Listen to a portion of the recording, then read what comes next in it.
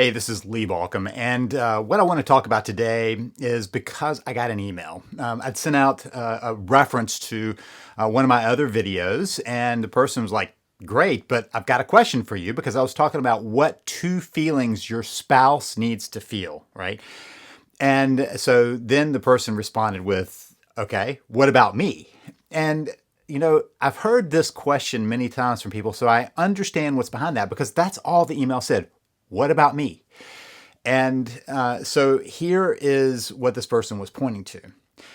This person was talking about the fact that they're putting in the effort to try to save their marriage. And they're trying to provide these two feelings that I talked about in a spouse, which is about feeling wanted and feeling accepted. And if you want to kind of bury that down a little bit, feeling loved, right? Feeling the love coming towards them. And so this person was like, well, what about me? I want to feel those things too. And I've had many people say over the years that they felt kind of like what I was saying to them is, you've got to live without love. And then, and your spouse, you got to make them feel loved, and you're going to save your marriage. And what you're going to end up with was a marriage where you're not getting anything and they're getting what they want. Now, anybody who has listened to what I've written and what I've said knows that is not at all what I'm trying to get to. I want a marriage that both of you treasure, that both of you want, that both of you feel has warmth, has acceptance, has love, has that support, right? So this is not I will save my marriage at all costs, no matter what comes my way. This is, let's restore your marriage to one full of love that you both would want. So that is our goal. That is our ultimate place we want to get to. This person's question is short term. What about me? I'm not feeling the love right now. So I want you to just kind of listen through a couple of stories with me, and let's see if we can get to a point. I've already talked about this before. I had this time when I decided I was going to do a marathon, but I didn't want to just do a marathon like run out in the road. I want to do a marathon like in the woods. And so I signed up for a trail marathon. Now, when I'm talking about trail, I'm not talking about, one of those paved trails that cities put out there for you to wander through some woods. I'm talking about trail, like mountain bike trails, like out in the middle of nowhere trails. Switchbacks, all of that. I mean, roots, rocks, all that stuff. And I wanted to do a marathon, 26.2 miles. They miscalculated, so we were much over that. We were closer to 27 miles. But regardless, we were in the range of that. And so when I signed up for that, the reason I did it is because I wanted to accomplish that. I wanted to be able to say, I did a marathon. Now, after it's all said and done, that's about what I have out of it. I did a marathon. I didn't set any records. I didn't, even win in my division, but I did something I set out to do. It was my accomplishment. And so here's the thing. It was, to say the least, uncomfortable. Now, on this trail marathon, and I remember when they set it up. So we all gathered at the finish line, and I'm sitting there looking around going, oh, this looks pretty comfortable, right? They've got the fire going. It was in December, so they had the fire going in this little covered area, and there was a beautiful little park, and I was like, oh, this is pretty comfortable. We'll just run a trail around here, and if I can't make it, that's okay. I'll just wander back to here and warm up. That's not how this worked. They got us into a bus. It was these old buses that used to be a kind of a school bus, and so no cushion or anything. We bounced along in on these back roads until they had driven us to the starting point, and we had to run back to the end line, right, to the finish line. And so in this process, I'm looking out going, this is not exactly what I thought it was going to be. I have to get there. I have to get my way back. And so as the race started, it was a bunch of us, kind of splitting into how fast we were pacing and all that. And I misjudged. I've talked about this other places where I misjudged my pacing. But anyway, I'm running along. And one of the things I was very clear about it was running a marathon is not comfortable. I don't know anyone that goes, that was a lot of comfort to go run that marathon. I'm so glad I did that because it's such a comfortable way to spend the day. It's not, and sometimes it borders on kind of misery. Other times there are these points of ecstasy. I remember coming up on the top of mountains and seeing this vista. And I remember as we were rounding around and I'm seeing this lake that we're kind of weaving towards and the beauty of the lake. And I remember seeing the birds and the animals and all of the stuff and all of us having these conversations as we're trotting along. And so there were moments where maybe not quite ecstasy, but there were moments where it really was fun. But there were a lot of moments when it was absolutely misery. But I knew one thing. I knew a couple of things. One thing I knew is I had chosen this. Whatever I was going through at that moment, it was entirely on me. Nobody made me sign up for a marathon. Nobody said, hey, why don't you go run this in the woods with no support? There were a couple of way stations that they marked, but if you couldn't make it to a way station, you had to wait it out until someone came and swept you along. So it's all on me to have done that, right? I signed up for it. I freely signed up for it. That's the first thing I knew. The second thing I knew is that I was there to accomplish something. That was my goal, was to accomplish that marathon. And so I wasn't signing up because I knew it would be this great, comfortable run. I knew it because it was going to be the challenge, and it was a challenge I wanted to take on. And so what I often say to people is, and it really means something to me, is this process of saving your marriage, it is a marathon. It's not a sprint. Sometimes you can do a sprint, and if it's a short enough distance, you don't really get in pain until you're maybe at the end of it, or maybe not at all if it's short enough, right? You just get there and that was tough. No, this is a marathon. Your marriage didn't get into trouble overnight. It's not going to right itself overnight. It's going to take effort and time and some misery and discomfort and stretching you. And so part of what I want you to think about when you hear yourself saying, what about me, is to say, but I am choosing this path. I am choosing this path because I think this is important. Now, in terms of saving your marriage and marathon, no comparison. You're saving your marriage is far more important than a marathon. So don't hear me reducing it to, Lee said it's kind of just like running a marathon. In some ways, it is a marathon process to get there, but it is far more important to do that. But you as the saver recognize that you're the one who's going to be going through the discomfort. You're the one who's saying, this is important enough for me to save my marriage that I'm willing to go through the discomfort to get there, to get to that place. First story. Second story. Back in college, I had a buddy who had a car that I didn't have a car at that point. He had the car that we used to get around places. There were a number of problems with this car, but one of them was that the car had a gas gauge that was broken. It always showed full. So we had to kind of figure out how far we could go before it ran out of gas. And so you're constantly kind of going, how far are we going to get, right? So I want you to use that image of a car with no gauge to tell you how the gas is going. So you're driving down the road, right? And you're either not paying attention to the gas gauge, or you misjudge, you don't notice it, you're maybe distracted by all the things around you that are going on, maybe the kids in the back seat or whatever's going on distract you, and you don't notice the gauge hits empty. And it putters to a stop on the side of the road. Now, it's possible that you can sit there and go, what about me? I don't want to be dealing with this. Or you can recognize that that is exactly what you have to deal with. It's not what we want, because the what about me cry that is not a surprise for anyone who's feeling it. Nothing to feel bad about, but it's a cry of fairness. This isn't fair that I'm not feeling this. This isn't fair that I'm the one who's having to put myself out there. You are correct. But this isn't about fair. We can have the fair debate, or we can ask the question, what is? What actually is? Not what's fair, but what is. And what is the car of your marriage has run out of gas. Now, you can either stand on the side of the road and go, well, what about me? If it's not going to go, I guess I'm out of luck. You could walk away. But what if you have to go through some discomfort, push in the car, walk into a gas station, doing something to get gas back to the car? Now, most people, if they've got this on the side of the road, are going to say, what do I need to do now? And instead of going, what about me? I don't get the air conditioning in the car. I don't get the comfort of riding down the road and just getting there.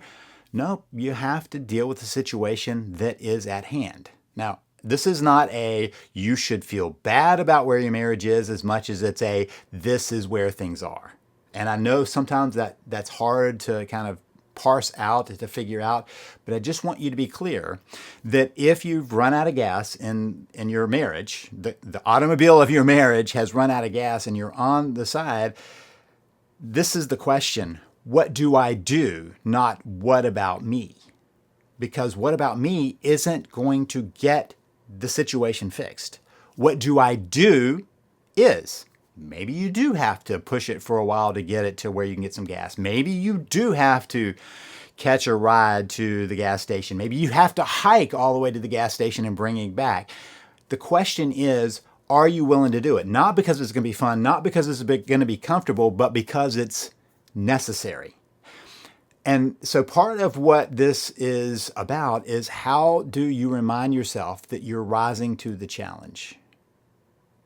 The importance here is not the cry of what about me? The importance here is, where do you think you need to get to? Now, it's been a while now, but I had a chance a while back to sit down with Gary Chapman, who wrote the book, 5 Love Languages. We had a long conversation, part of which I have as a recording, and I have the links to that in this, and a link right up there that'll get you to that interview if you want to.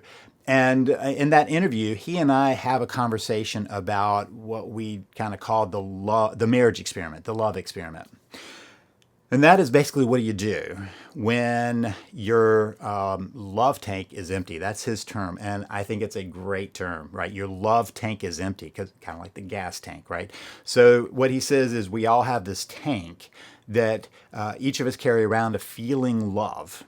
And his theory, if you're not familiar, his theory is that there are 5 primary large ways, kind of if you group them into 5 ways, of showing and experiencing love. Now, a lot of people are like, oh, there are millions of ways. Yes, but he is correct that you can often break them down into one of the 5. In fact, when people have said, oh, but what about this way? I'm like, that's this one, right? And so his idea really has continued to hold water for a lot of people, of trying to figure out, where am I missing it? But what he said is, we have this love tank. And this love tank is filled by those around us who love on us, and particularly our spouse loving on us and showing us love. And so we feel loved. We feel the connection as we're filling love tank. And we're doing the same, right? We're filling their love tank. And you may be speaking the wrong love language if you use his idea. And therefore, it's like, you're squirting the gas and it's missing the tank, right? And so if you're trying to fill that tank, remember my car, and you're like, well, I'll put the gas over here and it's never going in the tank, it's never going to help, right? You got to make sure it's getting to the right place. You got to fill the love tank. So this question is based in the fact that the person writing was like, my love tank is empty too. Okay, so back to that conversation Gary and I had. What we talked about is the fact that sometimes you have to decide that you are going to work to fill the tank of your spouse without worrying about whether your tank is going to be filled. Otherwise, you're headed for a dead end. You're headed for the side of the road in a car that is out of gas. Because somebody has to say, I'm going to take responsibility for changing the direction we're going. Somebody has to do that. And you know who that is? You. Now, you don't have to. Understand, what I'm saying, everything I've put out there about saving your marriage, nobody has to do that. I'm not forcing anybody. Hopefully I don't shame anybody into that. I'm just saying, if you want to save your marriage, you're the one who's going to have to take responsibility for that, without getting caught up into the fairness question of, what about me? It's a fine question to put out down the road. So what he and I talked about is setting out a time in your mind. We came up with 6 months. And by the way, if you would like to read the report that I created about doing the love experiment or the marriage experiment, you can find that at I have a Substack. It's called The Connection Compass.online, The Connection Compass, but it's at theconnectioncompass.online, link above. And so you can go there and find it there. This resource will help you understand how you can step into this experiment and what frame of mind you need to have to get into this experiment and not feel like you're being taken advantage of. Because what you're doing is making a choice. You're choosing to say, I'm going to commit to this process. I'm going to commit to the process of saving the marriage by working to fill the love tank of my spouse without worrying about whether mine is. That's the role of the saver. Sometimes you have to say, I'm going to put off, right? Delayed gratification is something that you've probably heard about and probably done. I remember the many times when I was in college going, man, this is so hard to get through this. And by the way, after college, then I did two masters and a PhD. And so I kept delaying gratification, which means when you finally go, okay, I've done that and now I can kind of enjoy it. And so many times we do delayed gratification. When we do training, it's for something better down the road. When we go to college, it's for something better down the road. When we're working on our marriage, it's for something better down the road. It's not how it is now. It's how you want it to be. So doing that love experiment, maybe you saying, I am not going to count on feeling that right now, and that's okay. Don't get caught up in the fair question. You know where the fairness idea comes from? When we're kids. When we want things to be fair. How many times do you hear your kids saying, that's not fair? And as adults, we kind of get to the place where we go, life's not fair. Life is just not fair. But what are we going to focus on? We're going to focus on what's important instead of what's fair. What's important and how can we move forward on that? You can always say, nope, I'm done. That's a moment in time. Working on a marriage, being married, that's a continuous stream. So let me suggest that you do a couple things. First of all, think about your why of saving your marriage. This is a powerful exercise to sit down and say, why do I want to save my marriage? Write it down. Don't just have this conversation in your head.